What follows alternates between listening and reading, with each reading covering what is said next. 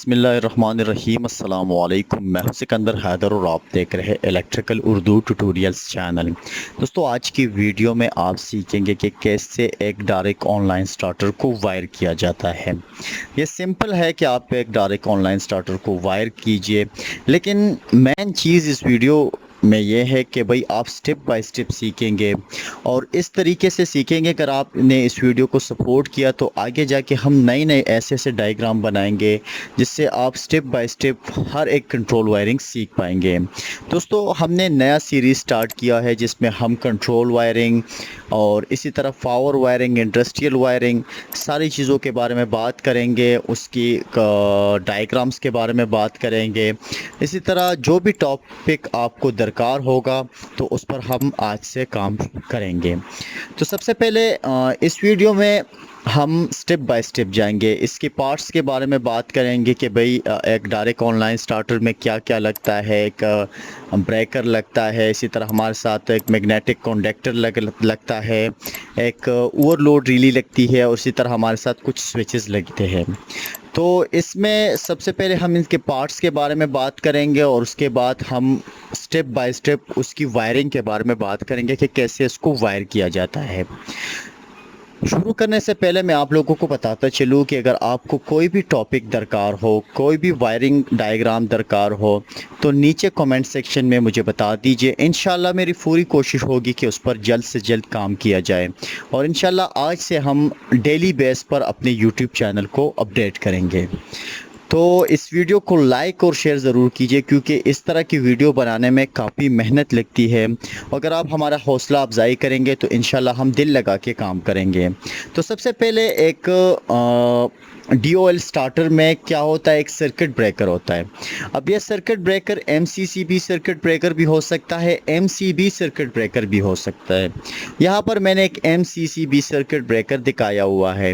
तो यहाँ पर इसके तीन ऊपर वाले जो कॉन्टैक्ट्स है वो यहाँ पर सप्लाई कनेक्ट होती है, जो इनपुट सप्लाई आती है वो यहाँ पर कनेक्ट होती है और यहाँ से आउटपुट सप्लाई जाती है। तो अगर आपको एक MCCB सर्किट ब्रेकर वायर करना है तो आप अपने पैनल बोर्ड में इसी तरह से वायर कर सकते हो, एक स्टार्टर के लिए इसी तरह से वायर कर सकते हो, ठीक है। तो यहाँ आपने मेन सप्लाई इंटर करनी है और यहाँ से आउटपुट लेनी है। अगर आपके पास इस तरह का एक MCCB सर्किट ब्रेकर है और उसमें इंटरनली कोई शंट ब्रेकर जो शंट ट्रिप कॉइल है वो ना लगा हो या कोई अर्थिंग सिस्टम ना हो तो आप इनपुट सप्लाई यहाँ पर इंटर करके यहाँ से भी ले सकते हैं। बहरहाल अच्छी बात है कि आप इनपुट सप्लाई यहाँ पर एंटर करें और यहाँ से आउटपुट ले, लेकिन कई बार ऐसा होता है हमारे पैनल बोर्ड में कि हमें मजबूरन यहाँ इनपुट सप्लाई देनी होती है और यहाँ आउटपुट लेनी पड़ती है, ठीक है। उसके बाद हमारे साथ आता है एक मैग्नेटिक कंडक्टर। मैग्नेटिक कंडक्टर के हवाले से मैं ऑलरेडी वीडियोस बना चुका हूँ, लेकिन इस वीडियो में मैं आपको इसलिए समझाता हूँ क्योंकि आप स्टेप बाय स्टेप सब कुछ सीखें। मैग्नेटिक कंडक्टर में हमारे साथ तीन तरह के पॉइंट्स होते हैं, कॉन्टैक्ट्स होते हैं, जिसमें पहले नंबर पर आता है कॉइल कॉन्टैक्ट्स, दूसरे नंबर पर आता है एक्सिलरी कॉन्टैक्ट्स और तीसरे नंबर पर आता है मैन कॉन्टैक्ट्स। ये जो आप देख रहे हैं एक मैग्नेटिक कॉन्डक्टर है, लेकिन इसमें हमारे साथ एक्सिलरी कॉन्टैक्ट्स में सिर्फ और सिर्फ नॉर्मली ओपन अवेलेबल है, यानी नॉर्मली क्लोज नहीं है, ठीक है। आप देख सकते हैं यहाँ पर कॉइल कॉन्टैक्ट्स है और ये जो तीन आपको नज़र आए T1 और इस तरह हमारे साथ L1, L2 और L3, और ये हमारे साथ मैन कॉन्टैक्ट्स है और इसी तरह ये आउटपुट मैन कॉन्टैक्ट्स है और इस साइड पर ये नॉर्मली ओपन एक्सिलरी कॉन्टैक्ट्स है। मैं थोड़ा जूम करके दिखा देता हूँ। खैर यहाँ पर जूम काम नहीं कर रहा है। तो यहाँ पर सबसे मेन चीज़ क्या होती है, अगर आपने कंडक्टर लगाना है तो अपने लोड के हिसाब से लगाइए, ठीक है। उसको कैसे लगाना है उस हवाले से मैं उसकी कैलकुलेशन वीडियो आपके साथ जल्द शेयर कर लूँगा। दूसरी बात यह है कि यहाँ ये कॉइल कॉन्टैक्ट्स है तो इसको वही सप्लाई प्रोवाइड करनी है जो इस कंडक्टर की कॉइल की रिक्वायरमेंट है। अगर ये 24 वोल्ट डीसी पर चलता है तो आपने फिर इस कॉइल कॉन्टैक्ट्स को 24 डीसी प्रोवाइड करनी है। अगर 110 एसी पर चलता है तो फिर 110 एसी पर ही चलाना है। अगर 220 वोल्ट्स पर चलता है तो 220 वोल्ट्स आपने इसको प्रोवाइड करने हैं। और इसी तरह अगर ये 380 वोल्ट्स पर चलता है तो फिर आपने इसको 380 वोल्ट्स ही प्रोवाइड करने हैं। उसके बाद हमारे साथ आता है एक थर्मल ओवरलोड रिली या एक इलेक्ट्रॉनिक ओवरलोड रिली। इस वीडियो में हम थर्मल ओवरलोड रिली के बारे में बात करेंगे। अगर आपको इलेक्ट्रॉनिक ओवरलोड रिली के साथ डायग्राम चाहिए और उसकी कनेक्शन समझना है तो आप कमेंट सेक्शन में मुझे बता सकते हैं। ये हमारे साथ एक थर्मल ओवरलोड रिली है। इसमें हमारे साथ ये जो 3 कॉन्टैक्ट्स आपको नज़र आ रहे हैं, आप देख रहे हैं 1, 2 और इस तरह ये 3, तो ये हमारे साथ होते हैं इसकी मेन कॉन्टैक्ट्स इनपुट सप्लाई के लिए। उसके बाद आपको नज़र आ रहा है ये T1, T2 और T3, तो यहाँ से आउटपुट सप्लाई जाती है लोड के तरफ, मोटर के तरफ, ठीक है। उसके बाद हमारे साथ यहाँ पर इसके कॉन्टैक्ट्स होती है 97, 98, ये नॉर्मली ओपन कॉन्टैक्ट्स है। और इसी तरह ये हमारे साथ NC और कॉन्टैक्ट्स है 95 और 96, ठीक है। और उसके बाद हमारे साथ यहाँ पर एक वेरिएबल लगा हुआ है जिससे हम एम्पेयर की एडजस्टमेंट कर सकते हैं, यानी ये 2.5 एम्पेयर से लेकर 4 एम्पेयर तक के लिए एक रिली है। उसके बाद यहाँ पर आपको A और H नज़र आ रहा है, तो A का मतलब है ऑटो और H का मतलब है हैंड, यानी अगर ये आप हैंड पर रखेंगे और ये थर्मल ओवरलोड रिली ट्रिप कर जाए तो हमारे साथ ये दोबारा से आपने बाय हैंड इसको रीसेट करना है। बहरहाल अगर आप इसको ऑटो पर रखेंगे तो ये ऑटोमेटिकली अपने टाइम कंप्लीट करने के बाद रीसेट हो जाएगी। उसके बाद हमारे साथ ये स्टॉप बटन है और एक ये रीसेट स्विच है, ठीक है। तो ये था हमारे साथ एक थर्मल ओवरलोड रिली। उसके बाद आते हैं हमारे साथ एक DOL स्टार्टर में 2 तरह के स्विचेस लगते हैं। एक हमारे साथ लगता है NC और दूसरा लगता है NO।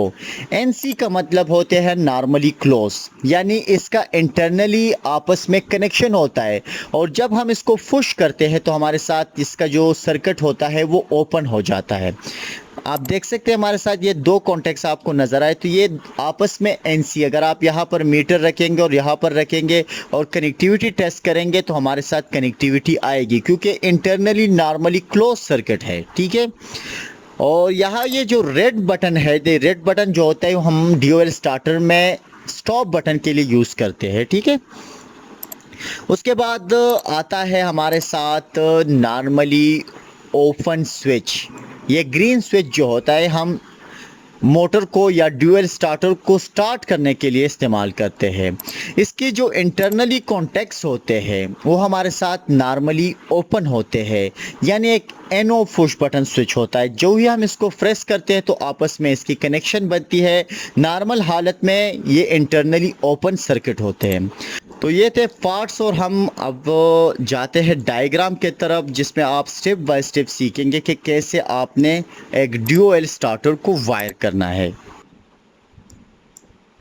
दोस्तों डायग्राम बहुत ही सिंपल और आसान है। सबसे पहले हमने यहाँ पर MCCB सर्किट ब्रेकर को दिखाया हुआ है। उसके बाद हमने मैग्नेटिक कंडक्टर को दिखाया हुआ है। यहाँ पर ये जो मैग्नेटिक कंडक्टर है उसकी जो कॉइल रेटिंग है वो 220 वोल्ट्स है, तो हम इसको सिंगल पेज सप्लाई प्रोवाइड करेंगे। अगर आपकी कंडक्टर DC ऑपरेटेड है तो फिर आपने इसको DC सप्लाई प्रोवाइड करनी है इसके कॉइल को। बहरहाल अगर आपका ये कंडक्टर 380 पर चलता है या 110 पर चलता है तो उस हवाले से आपने इसकी वायरिंग करनी है। उसके बाद हमने थर्मल ओवरलोड रिली दिखाई हुई है, NO स्विच दिखाया हुआ है, नॉर्मली ओपन और नॉर्मली क्लोज स्विच दिखाया हुआ है। 3 पेज इनकमिंग सप्लाई पहले इस MCCB सर्किट ब्रेकर को कनेक्ट होगी।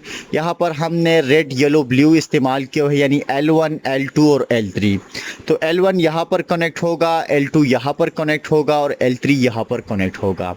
इसके बाद ये सप्लाई जाएगी इस कंडक्टर को, लेकिन कंडक्टर में हम इसको मेन कॉन्टैक्ट्स को प्रोवाइड करेंगे, यानी जो ये कॉन्टैक्ट्स आपको नज़र आए ये नॉर्मली ओपन एक्सिलरी कॉन्टैक्ट है तो यहाँ पर प्रोवाइड नहीं होगा।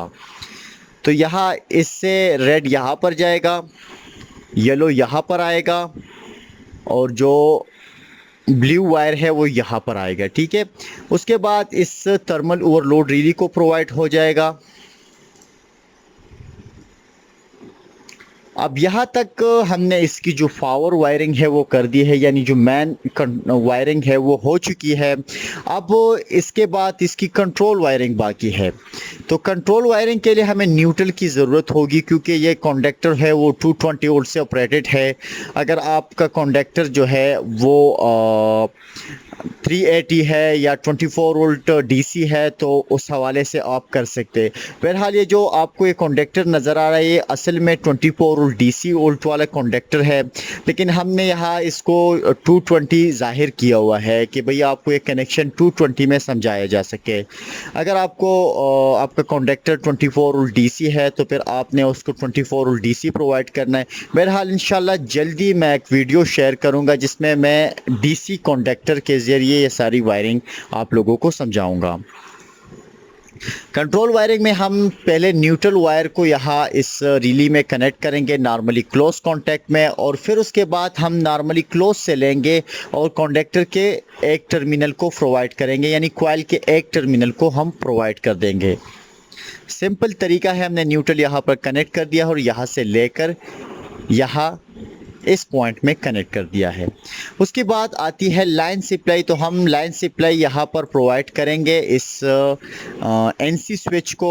तो अब लाइन सप्लाई इस येलो वाले से भी ले सकते हो, ब्लू वाले से भी ले सकते हो और रेड वाले से भी ले सकते हो। अगर आप यहाँ से अगर आपने एक बॉक्स बनाना है जिसमें सिर्फ डायरेक्ट ऑनलाइन स्टार्टर है तो इस ब्रेकर के आउटपुट टर्मिनल से किसी भी जगह से आप ये सप्लाई ले सकते हो, ठीक है। उसके बाद यहाँ पर प्रोवाइड करना है नॉर्मली ओपन स्विच को। अब यहाँ से एक वायर जाएगा, ठीक है, होल्डिंग वायर, ठीक है, और ये एक जाएगा स्टार्टिंग वायर या इसको हम टच वायर भी कह सकते हैं। तो ये हमारे साथ होल्डिंग वायर है। तो हमने इस को मैग्नेटिक कंडक्टर की नॉर्मली ओपन एक्सिलरी कॉन्टैक्ट में कनेक्ट करना है। इस कॉन्डक्टर में हमारे साथ नॉर्मली क्लोज कॉन्टैक्ट्स नहीं है, लेकिन हमें अगर एक कॉन्डक्टर हमारे साथ है और उसमें नॉर्मली क्लोज भी है, नॉर्मली ओपन कॉन्टैक्ट्स भी है एक्सिलरी, तो हमने सेलेक्ट करना है नॉर्मली ओपन कॉन्टैक्ट्स को, ठीक है। उसके बाद हमने यहाँ से एक वायर लेना है और यहाँ इस नॉर्मली ओपन कॉन्टैक्ट्स को भी प्रोवाइड करना है और यहाँ से लेकर इस कॉइल को भी प्रोवाइड करना है। तो जो ही हम यहाँ पर इसको पुश करेंगे तो यहाँ से सप्लाई आएगी, या कंडक्टर एनर्जाइज होगा और जो ही ये बैठेगा तो यहाँ इसको होल्डिंग वायर मिल जाएगी, यानी होल्डिंग करंट भी इसको प्रोवाइड हो जाएगी। तो ये था डायरेक्ट ऑनलाइन स्टार्टर का सिंपल सा डायग्राम। अगर आप यहाँ पर इंडिकेटर लाइट्स को लगाना चाहते हो, यानी जब हमारे साथ मोटर स्टार्ट हो तब भी हमें एक लाइट नज़र आए, ग्रीन लाइट कि भाई मोटर स्टार्ट है, या हमारे साथ मोटर कभी हम ऑफ़ करें तब हमारे साथ शो अप हो कि भाई मोटर इस वक्त ऑफ है, तो वो भी आप कर सकते हैं। बहरहाल अगर आपको उसका तरीका पता नहीं है तो मुझे कमेंट सेक्शन में बता सकते हैं। उसके बाद आपने इस यहाँ से सप्लाई लेनी है, 3 फेज़ मोटर को प्रोवाइड करनी है। यहाँ पर मैंने 3 फेज़ मोटर का कनेक्शन दिखाया हुआ जो स्टार कनेक्शन है। बहरहाल अगर डेल्टा में हो तो वो भी आप कर सकते हैं, या डेल्टा नहीं समझते तो उस हवाले से भी मैं आपको गाइड करूंगा, कमेंट सेक्शन में बता दीजिए। आपने 3 फेज़ सप्लाई यहाँ प्रोवाइड करनी है, L1, L2 और L3, ठीक है। जैसे कि मैंने यहाँ पर L1 दिखाया हुआ, इसके बाद L2 और L3। तो सिंपल डायरेक्ट ऑनलाइन स्टार्टर की वायरिंग है, कोई मुश्किल नहीं है। इसी के साथ ही आज की वीडियो ट्यूटोरियल ख़त्म होती है। मज़ीद ट्यूटोरियल के आप हमारे यूट्यूब चैनल को ज़रूर सब्सक्राइब कीजिए और दोस्तों इस वीडियो को लाइक ज़रूर कीजिए। अल्लाह हाफिज़।